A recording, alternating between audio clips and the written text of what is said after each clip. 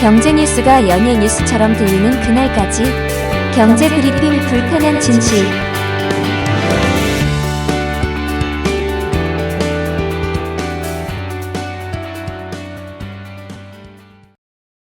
경제 브리핑 불편한 진실 3월 31일 순서 시작하겠습니다. 아침 많은 분들 이것 때문에 떨고 계실 것 같아요. 다들 보셨겠지만 공매도 전면 재개. 상장된 전 종목에서 공매도가 가능해진 건 지난 2020년 이후 약 5년 만이잖아요. 개미들 사이에서는 공매도가 주가 하락의 주범으로 지목했기 때문에 걱정이 되지 않을 수밖에 없죠. 하지만 전문가들은 다른 얘기를 합니다. 공매도 재개 이후 과거 사례처럼 국내 증시가 상승할 가능성이 있다는 거예요. 아니, 과연 어느 말이 맞을까요? 오늘도 9계단으로 살펴보도록 하겠습니다.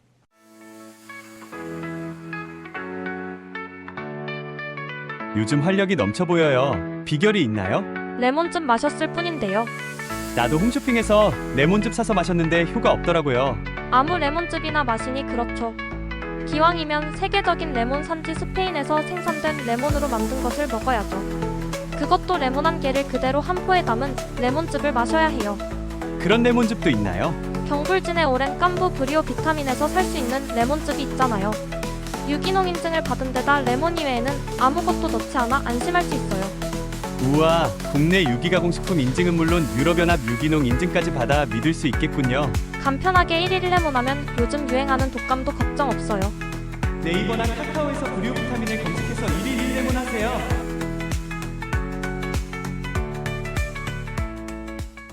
그러면 첫 번째 계단.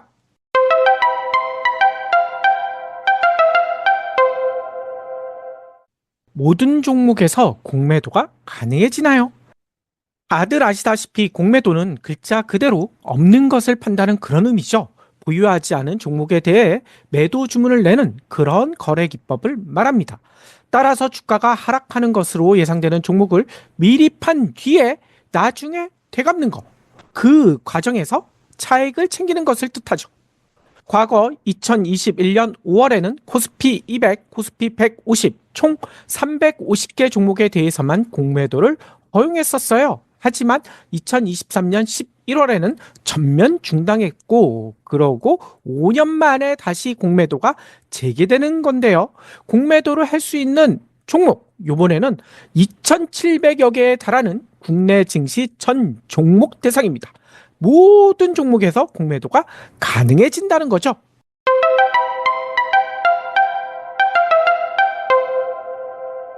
그러면 두 번째 계단, 과거와 달라지는 점은 뭐가 있을까요? 공매도가 금지된 이유는 시장의 공정성, 투명성에 대한 개인 투자자들의 불신이 너무나 컸기 때문이죠.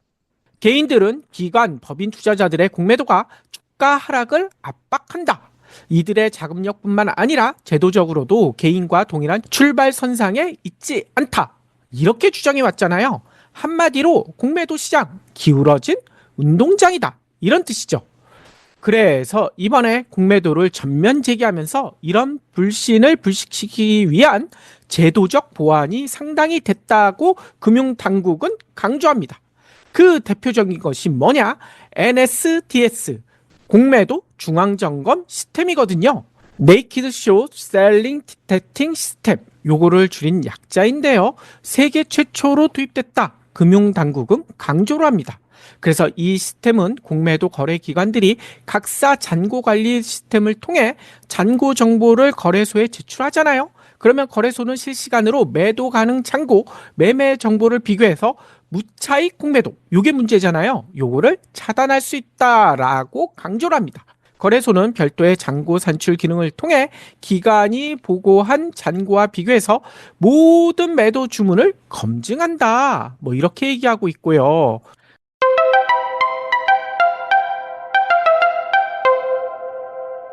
그러면 세 번째 계단으로 갈 수밖에 없을 것 같은데요. NSDS 감시망을 피할 수 있는 방법. 이건 과연 없는 걸까요? 금융당국은 이렇게 강조합니다. 소규모 법인의 경우 무차익 공매도가 가능하다라는 주장이 있는데 이거는 사실이 아니다라고 강조합니다. 그 이유가 뭐냐? 공매도 잔고 0.01%및 10억 원 미만의 소규모 법인을 포함해 모든 법인은 매도 가능 잔고 확인과 잔고 초과 매도를 차단하는 절차, 이런 거 내부 통제 시스템을 구축해야 된다. 그렇기 때문에 이게 쉽지가 않다는 거죠. 공매도 주문을 받는 증권사도 내부 통제가 갖춰져 있는지 확인하는 등 2중, 3중 감시 체계가 작동한다 라고 강조를 합니다. 그리고 무차익 공매도 후 주문 당일 주식 사후 차입을 하면 NSDS가 적발할 수 없다, 이런 주장도 있거든요. 근데 이거에 대해서도 금융당국은 아니다 라고 강조를 하더라고요. NSDS가 거래 내역을 순차적으로 분석해 각 매도 거래별로 잔고 초과 여부 탐지가 가능하다. 공매도 후 주식 차입하는 경우에도 적발이 가능하다, 이렇게 강조를 합니다. 그리고 또 하나가 있죠. 공매도 거래 법인과 증권사가 짜고 매매 거래 정보를 조작하면 NSDS 감시망을 피할 수 있다, 이런 주장도 있는데요. 이것도 불가능하다라고 금융당국은 강조를 해요.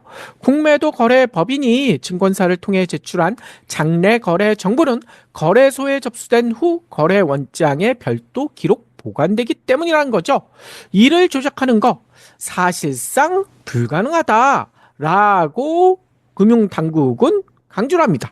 이 중에 감시를 하기 때문이라는 거죠.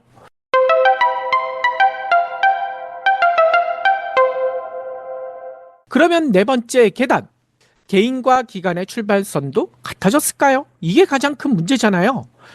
금융당국은 이렇게 강조하더라고요. 기울어진 운동장도 상당 부분 평평해졌다.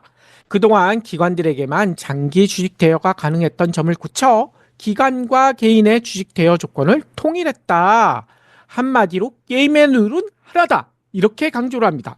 공매도 목적 대차 거래 상환 기간도 90일 연장을 포함해 최장 12개월로 똑같이 제한했다는 거죠.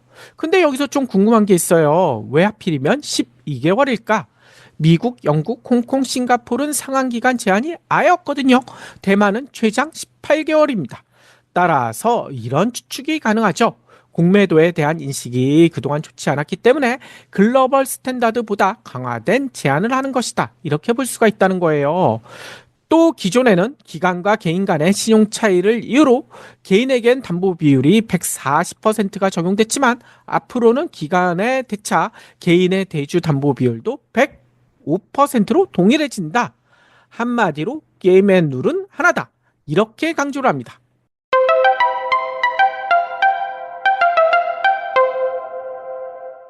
그러면 다섯 번째 계단, 처벌 조항도 있을까요? 아무리 시스템이 좋아도 이를 빠져나가는 사람이 있기 마련이잖아요. 처벌 조항이 없으면 무용지물이 될 수밖에 없죠. 그래서 공매도 재개 이후 발생한 고의적 무차익 공매도에 대해선 벌금형이 부당이득에게 기존의 3배에서 5배였는데 4배에서 6배 상향됐다라고 금융당국은 강조합니다. 이게 상향되긴 했지만 조금 아쉽죠. 4배에서 6배가 아니라 40배에서 60배 정도 돼야 되는 거 아닐까요? 게다가 부당이득액이 5억 원 또는 50억 원 이상인 경우에는 징역 가중처벌도 도입된다. 아직은 성에 차진 않지만 그나마 개선됐다라고 볼 수는 있을 것 같아요. 하지만 이걸로는 부족하죠.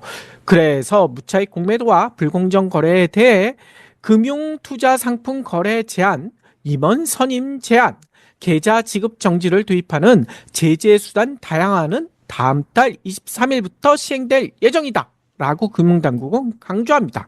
고의 위반 시 형사처벌까지 받는다 라고 하고 있는데 정말 그렇게 할지 요거는 좀 지켜봐야 될 것 같아요. 게다가 특히 눈에 띄는 아쉬운 점이 하나 더 있더라고요. 그게 뭐냐? 불법을 저지를 경우 적발 가능성이거든요. 이거 시스템까지 세계 최초로 도입했다고 하니 100% 적발이 가능해야 정상 아니겠습니까? 그런데요, 금융당국이 밝힌 숫자가 뭔지 아세요? 겨우 99% 적발 가능이라는 거예요. 그러면 1%는 불법을 저질러도 적발되지 않는다, 이런 얘기잖아요. 이러니 금융당국을 개미들이 믿지 못하는 거 아닐까요? 말이라도 100% 아니면 적어도 99.9%는 적발할 수 있다고 해야 하지 않을까요?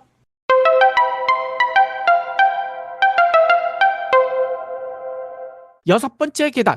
국내 주식에 투자하시는 분들 이게 가장 관심이 많으실 것 같아요. 공매도 타깃이 될 종목 어떤 게 있을까? 증권사들이 벌써 분석 보고서를 내고 있는데요.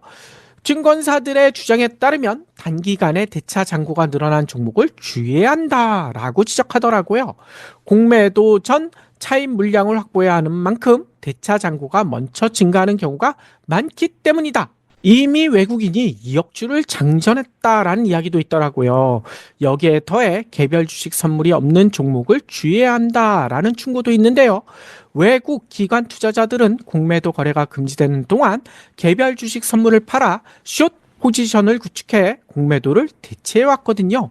개별 주식 선물이 없는 종목은 숏 포지션에 공백이 있었던 만큼 공매도 거래가 더 가파르게 증가할 수 있다.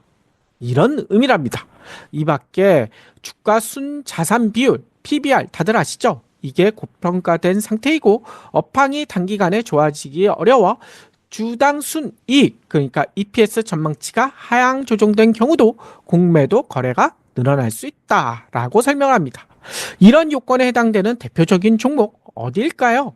증권사들은 에코프로를 가장 먼저 꼽더라고요. 에코프로는 개별 주식 선물이 없으면서 대차 잔고 비중이 이달 들어 4%포인트 넘게 늘어 11%로 뛰었기 때문이다 라고 주장을 합니다.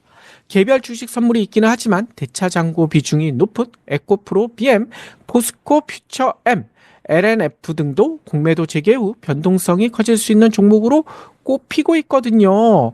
모두 2차 전지 업종으로 억황부진으로 올해 이익 전망치가 하향 조정된 점이 반영된 것으로 풀이되더라고요.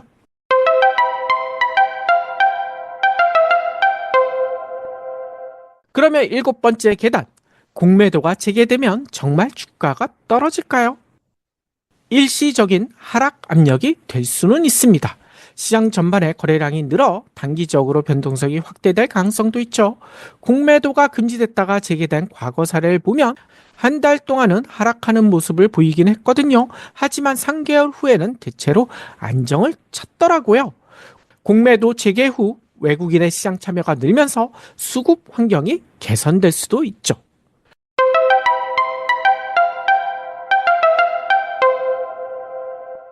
여덟 번째 계단.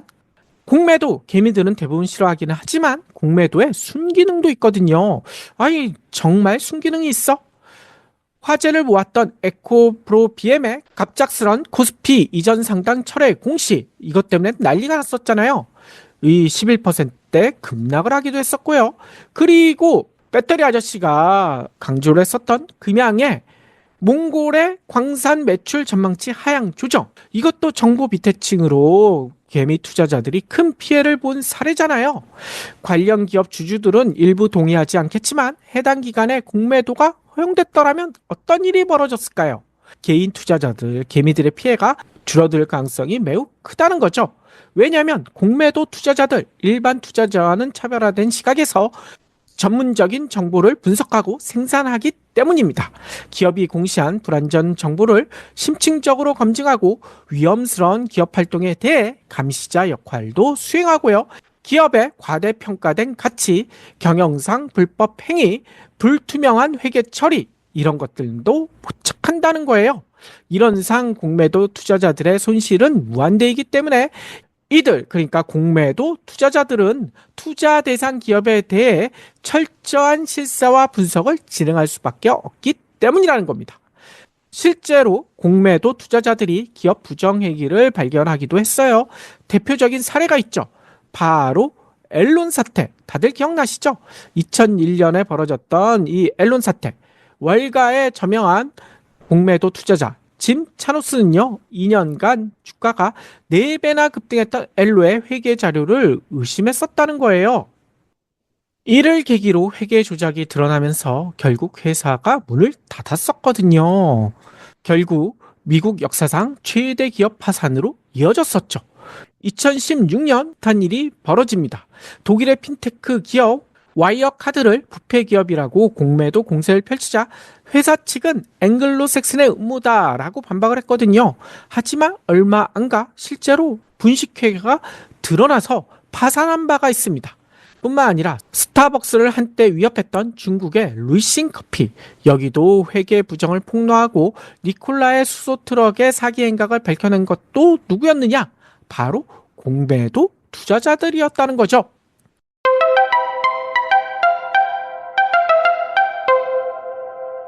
그러면 마지막 9번째 계단, 공매도 재개가 반가운 이유도 있거든요. 아직도 우리나라 증시는 코리아 디스카운트에서 벗어나지 못하고 있습니다.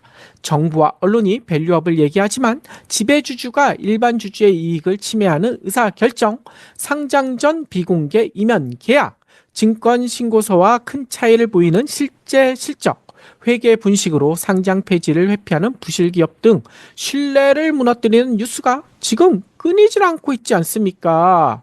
여기에 국회 본회의를 통과한 상법 개정안조차 정부가 거부권을 쓰겠다. 이 한덕수가 그런 얘기를 하고 있다고 하죠.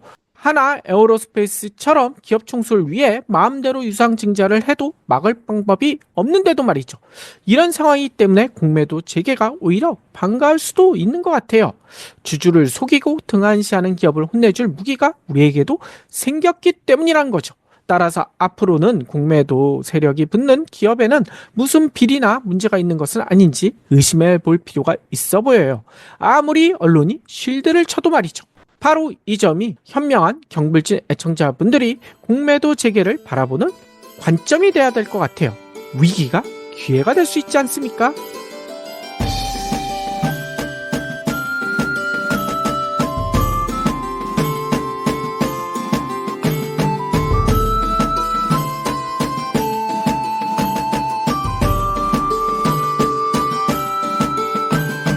경불진 완주해주셔서 감사합니다. 하트 투척, 댓글 남기기, 링크 공유, 계좌 후원 등 경불진 두 PD에게 힘을 보태주세요. 더 좋은 내용으로 보답하겠습니다.